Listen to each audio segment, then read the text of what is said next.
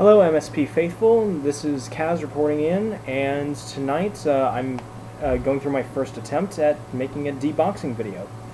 In this episode, well, not sure if I'm going to be running episodes, but, today I'm going to be doing a deboxing of the Nintendo Wii U. I picked this up earlier today at 11 in the morning, and thankfully didn't have too much hassle with that.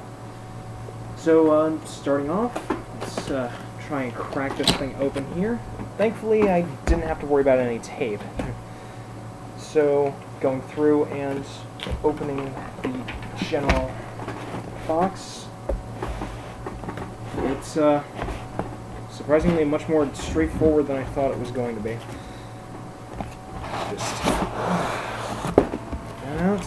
And it is broken into two halves, I guess going the more ergonomic route. And going with the bottom of the two boxes, we have here in its styrofoam-esque wrapping the Wii U tablet. And from there, as many of us have seen over the months as this console has been developing, the tablet has a gyroscopic function in there which allows for enhanced hands-on gameplay, two toggle controllers, as well as a pair of triggers and a pair of buttons, much like in the ever-popular 360 and PS3 controllers. We also have the standard ABXY button configuration here on the right, as well as the standard D-pad on the left.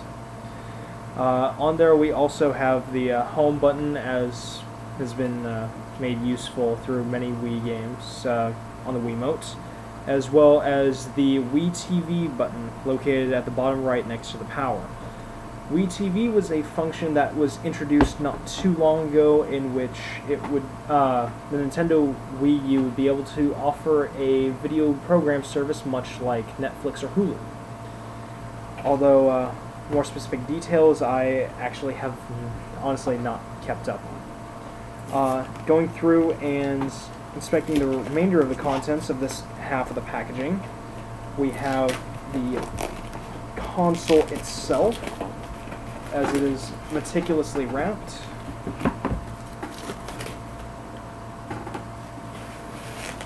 Oh, thankfully, as much as you may hear some ripping-like sounds, there's no worry to the actual console itself. And as we can see, it has a very sleek, slim design, no bigger than your standard Blu-ray player nowadays. And if I were to go through and remove all the plastic, you can see on the upward end of that, you have your HDMI output right here, as well as your AV output, as well as the two USB ports located on the top side. And well, I guess that's at the top. So maybe I should have inspected just a bit more thoroughly. But on the other side, so with the back end, I feel a little embarrassed there. But on the front ends of the console, we have our power button here, as well as the standard eject disc button, as well as our disc tray and the sync button, which has now been made more open so as to connect controllers to the console. And as those of us with a Nintendo Wii can state, the sync button located at the very inside the console, and you had to flip open a panel. It was impractical. Moving on to the other half of the box, we have my copy of Nintendo Lands, which came out for the Wii U today, as well as the console, as well as many of the other games that were slated for its release date. We have the standard user's manual, which, let's be frank, nobody reads. And located under that, we have the cradles that were advertised as an additional bonus to pre-ordering the Deluxe. Just get them out of their packaging before I show them off. Nothing too big, but at the very least, it does provide a means to cradle the console. Now, if I can just figure out the appropriate... oh. Well, you know, there are actually a couple little tabs right here and here. And if you notice that there's a small notch in the center, you can actually go through and slide them in like so.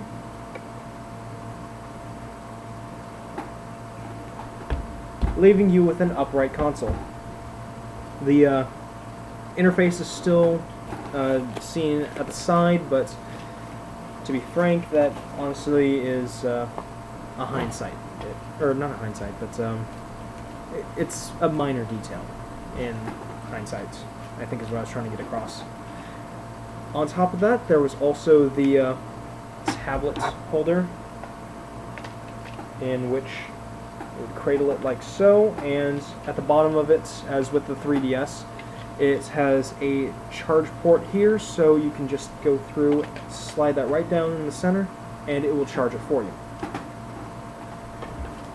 On top of that, there was also another stand right here, although if I could look towards the side of the box, which shows its contents, it would be part number 8, which would be for the gamepad stand. Sorry about that. Had a small crack in the voice there. On top of that, we also have our standard Wii sensor bar, considering that the Wii U, even though this is new technology, it does still use the old Wii interface. So with that in mind, we can go through and have this set up same as our normal Wii. If I can just remove the packaging from that, you see it's nothing too fancy, just the same old sensor bar that comes with the console. And I'll leave that for further installation. The remaining contents of the box would be the HDMI cable, which Nintendo has put in there, which, to be frank, some of us either pay too much or too little for quality merchandise. And just judging from the feel, the tensile strength of the cable, I would have to say that, you know, they did all right. It's if it were to be priced as anything other than a Nintendo brand product, I'd say that it would be equivalent to one of the cheaper end Monster HDMI cables and run maybe around $20 to $30. Although that's just a rough guesstimate in my eyes.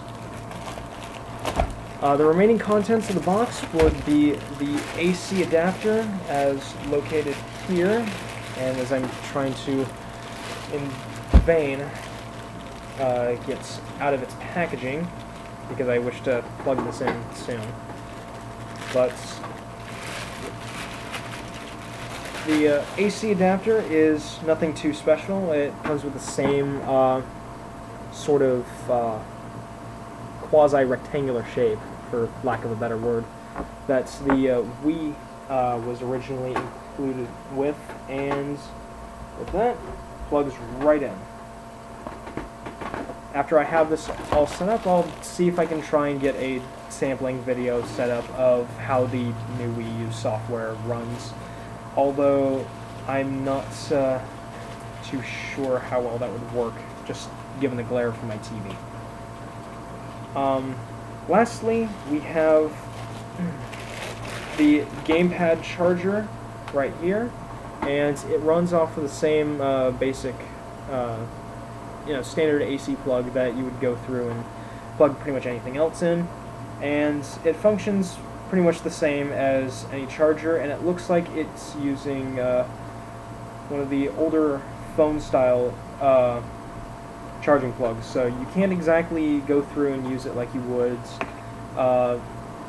It doesn't have the same interface as the 3DS or any of the new software has, so in some respects I guess they're trying to say, it's an exclusive product, only use it with this, which in several respects I can see as a very good move on Nintendo's part. But other than that, that's pretty much it. This is my first attempt at doing one of these deboxing videos, and I think it turned out rather well. Here is the gamepad once more, as well as the console, and let me just go ahead and tilt the camera down.